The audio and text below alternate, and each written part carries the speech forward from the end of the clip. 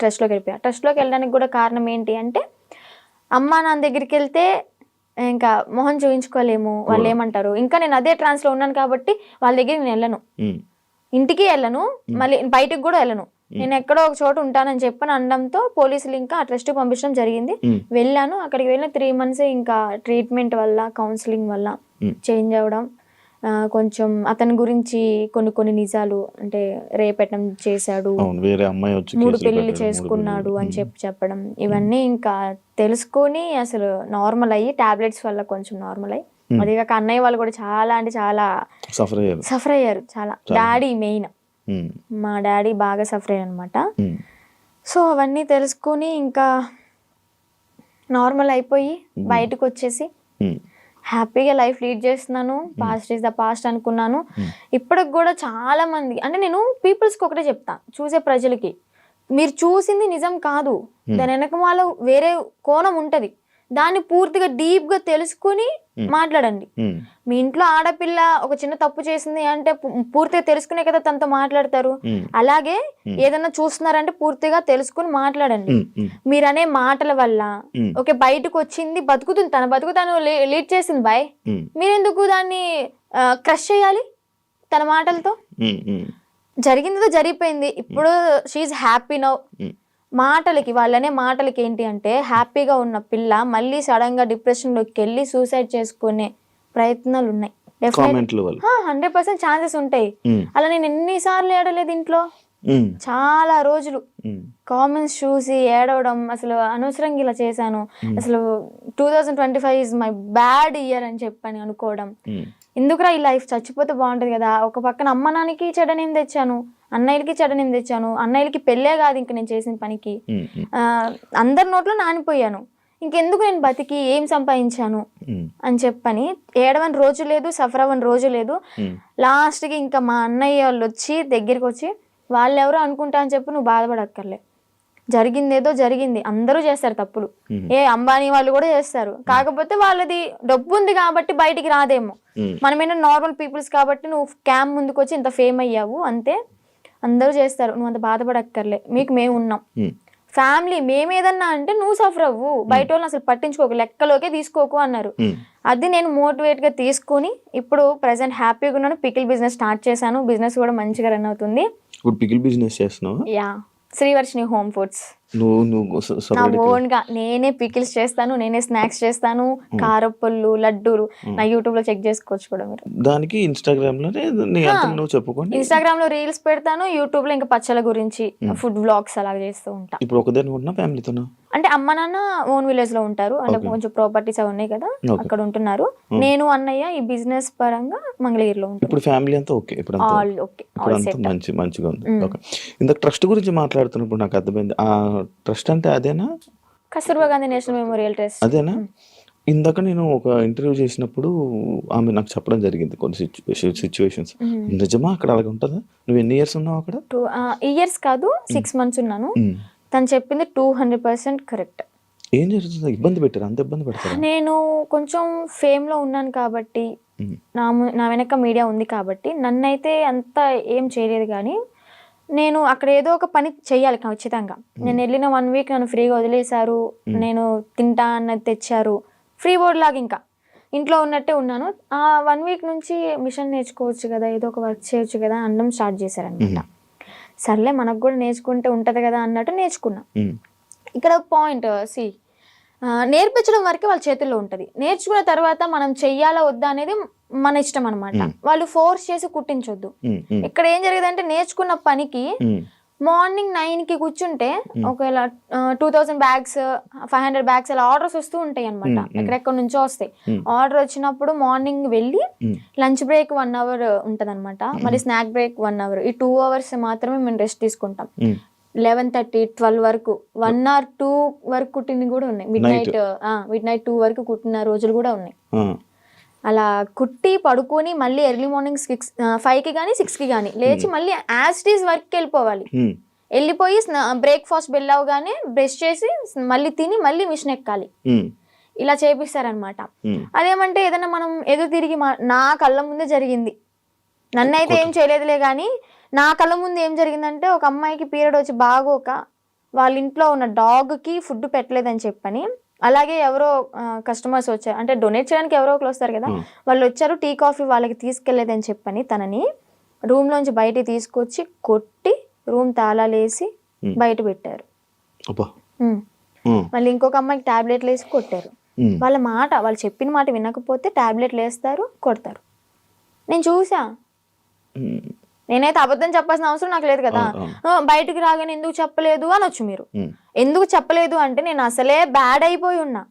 మళ్ళీ నేను మీడియా ముందుకు వచ్చి వాళ్ళ గురించి చెప్పి ఎందుకు ఇదంతా నాకు మీడియా ముందుకు రాకూడదని అనుకున్నా అనమాట. ఇప్పుడు ఎందుకు చెప్తున్నా అంటే గౌతమి గురించి. గౌతమియే కారణం. కాల్ చేసింది, ఎలాగా కాంటాక్ట్ అయిందో ఏమో తెలీదు. ట్రస్ట్లో ఉన్నప్పుడు అనుకుంటా, నువ్వు బయటకు వస్తే మాత్రం నన్ను మాత్రం మంగళగిరి వచ్చి వర్షిని అంటే ఎవరు చెప్పని వాళ్ళు అంటూ ఉండరు, నా దగ్గర తీసుకొచ్చేస్తారు నిన్ను అని చెప్పడం. అంటే ఒక హామీ ఇచ్చాను తనకి. లోపల చెప్పేదాన్ని, అక్క ఇన్ని ఇయర్స్ ఉన్నావు, నీకు అమ్మ నాన్న ఉన్నారు, ఓకే అన్నయ్య ఎదవయ్యాడు ఏదో చేశాడే అనుకో, వీళ్ళకైనా ఉండాలి కదా. నిజమే కదా, 10 years అవుతుంది, చిన్న పిల్ల నుంచి ఉంది, పెళ్ళిడికి వచ్చింది, పెళ్లి చేయాలని వాళ్ళకి ఉండదా? సరే వీళ్ళ అమ్మ నాన్న ఎతుకుతూ ఉంటారు, పెళ్ళిడికి వచ్చింది, వాళ్ళకి కొంచెం ఉంటది కదా చూసుకోవాలని, పంపిద్దాం అడ్రస్ కనుక్కుని పంపించవచ్చు కదా. ఇప్పుడు కూడా ఎందుకు పంపించారు అంటే తను ఫోర్స్ చేసి, ఈవెన్ నెల తినకుండా, మంచినీళ్ళు తాగకుండా, సరిగ్గా ఫుడ్ లేక, హెల్త్ బాగోలేదని చెప్పని, ఎక్కడ చచ్చిపోతే వాళ్ళ తల మీదకే కదా వచ్చేది అని అడ్రస్లు కనుక్కుని వాళ్ళ అమ్మని వాళ్ళ మావయ్యని పిలిపించి తిన్ని పంపించారనమాట. లేదంటే అమ్మ నాన్న లేకపోతే తను చచ్చినా గానీ ఇంకా శవ అనాథాశ్రమానికి వెళ్ళిపోయి ఇంకా అది కాల్ చేస్తారు కదా నార్మల్ గా ఎవరు లేకపోతే, అలాగే అయిపోయేది. అంత పట్టుబడి అసలు పంపించాలి అంటే ఎందుకు అంత తిండి మానేసి అంత ఘోరంగా ఎందుకు ఉండాలి, ఎందుకు అలా హింసించాలి? మీరు మీకైనా కొంచెం థాట్ రావాలి, పెళ్లి చేసుకుంటుంది బాగుంటది అని చెప్పని. అక్కడే కుంగబెట్టి కుట్టించి అనారోగ్యాలు వచ్చేలాగా చేసి ఏం యూజ్ ఉంటది? ఇంకా మహిళల్ని ఏం కాపాడుతున్నారు? అమ్మాయిలకి ఏం లైఫ్ ఇస్తున్నారు? ఏం నేర్పిస్తున్నారు? అంటే ఎప్పుడు ఇంకా పని చేయించుకుంటూ ఉండడం. నేను అయితే మిషన్ కే వెళ్ళేదాన్ని అనమాట. డబ్బులు ఇచ్చారా? లేదు, నేను 6 months బ్యాంక్ అకౌంట్ ఓపెన్ చేయాలని ట్రై చేశారు, బట్ కానీ ఓపెన్ అవ్వలేదు నా పేరు మీద. ఇంకా లీవ్ ఇట్టా. నేను మనీ కోసం అయితే ఏం వెళ్ళలేదు కదా, నార్మల్ గా ఇంకా వచ్చేసాను అనమాట. బ్యాగ్స్ నేను కుట్టాను అనమాట, నేను కూడా నేర్చుకున్నాను. నేను కుట్టిన బ్యాగ్స్ ఒక 2-3 తీసుకుని అమ్మ కోసం అని చెప్పని, మెమొరీ లాగా నేనే కుట్టాను అన్నట్టు ఆ హ్యాపీనెస్ ఉంటుందని చెప్పని తీసుకొచ్చుకున్నా ఇంటికి. సో అలా జరిగిందనమాట. ఇప్పుడు తనకి ఒకటే న్యాయం చేయాలనుకుంటున్నా. 10 సంవత్సరాలు ఉన్న దానికి ఓకే, జాయిన్ అయిన 1 సంవత్సరానికైనా తనకి మనీ వేసారే అనుకుందాం, ఈ సంవత్సరం వదిలేసేయండి, ఎలాగో తెలిసిందే కదా. ఈ 9 సంవత్సరాలకైనా వీళ్ళు మనీ వేసారా తినకి? రోజుకి 18 రూపాయల, ఒక్క రోజుకి మార్నింగ్ నుంచి నైట్ వరకు కొడితే 18 రూపాయల నువ్వు ఇచ్చేది. బయటకు వెళ్తే దానికి ఇప్పుడు కుట్టే దానికి తనకి 1000 రూపాయలు ఇచ్చినా కానీ తక్కువే. చాలా తక్కువ అవుతుంది, ఎందుకంటే వాళ్ళు కుట్టే వాళ్ళు దొరకట్లే. ఫినిషింగ్ అయితే అద్దరు కొట్టేస్తుంది తన గౌతమి. తన దగ్గర చూసి ఎలా కొడుతుంది ఏంటి అని నేను కూడా అంతే నేర్చుకున్నాను అనమాట. అలాంటిది ఆ పిల్లకి వాళ్ళ ఇళ్లలో పనులు చేయించుకుని, ఘోరాతి ఘోరం ఏంటి అంటే ఇక్కడ లక్ష్మి అని చెప్పిన అక్కడ స్వదార్ వాళ్ళకి ఇన్ఛార్జ్ అనమాట, స్వదార్ పిల్లలకి.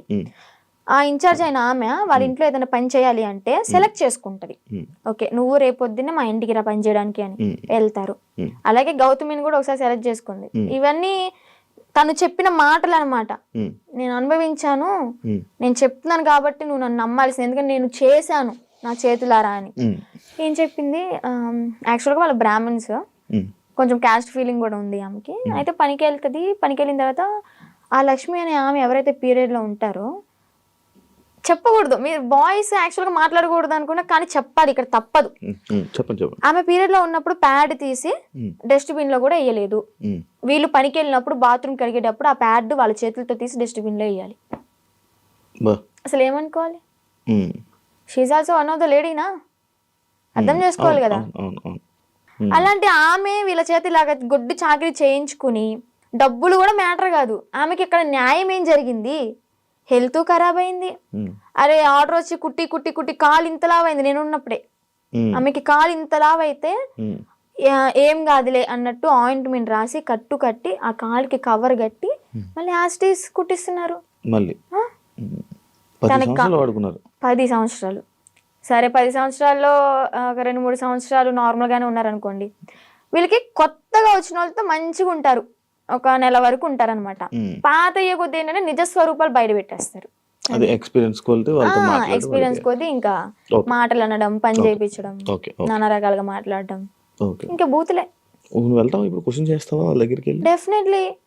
డెఫినెట్లీ క్వశ్చన్ చేస్తా. ఇప్పుడు ఒక అమ్మాయి బయటకు వచ్చి ఇంత ధైర్యంగా చెప్పింది అంటే అబద్ధాలు అయితే కాదు, నిజం. అదే నిజాన్ని నేను క్వశ్చన్ చేస్తా.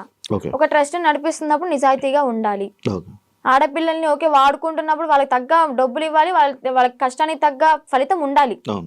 ఇప్పుడు ఆ గౌతమి ఏమంటుందంటే, మా అమ్మకి మోకాలు బాగోదు, మా అమ్మకి చూపించుకుందాము, నేను ఒక మిషన్ కొనుక్కుని ఒక బుట్టెక్లా పెట్టుకుందాము, బ్యాగులు అమ్ముకుందాం అనుకున్నా గానీ నాకు ఈ 50,000 ఏం సరిపోతాయి?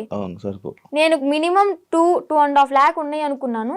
మా అమ్మకి ఓకే 1,00,000 రూపాయలు పోయినా కానీ నాకు 1,00,000 ఉంటే 50,000 బ్యాంకులో వేసుకున్నా కానీ వడ్డీ తిరుగుతా ఉంటది అని తను చెప్పింది అనమాట. న్యాయమే, తను అడగడంలో న్యాయమే. ఆమె చేసిన 10 సంవత్సరాల వర్క్ కి 2.5 లక్షలు కూడా చాలా తక్కువ. అదే ఇప్పుడు బయట ఉన్నట్టయితే ఎంత సంపాదించేది కదా. చూసుకుంటే బయటకి ఇంద్రభవనాల్లాగా మంచితనంగా కనిపిస్తాయి అనమాట. ఎవరైనా క్లోజ్ దగ్గర అయితేనే వాళ్ళ నిజస్వరూపాలు బయటపడతాయి. నీకు బాగా ఎక్స్పీరియన్స్ అయింది అనమాట. అందుకే చెప్తున్నా.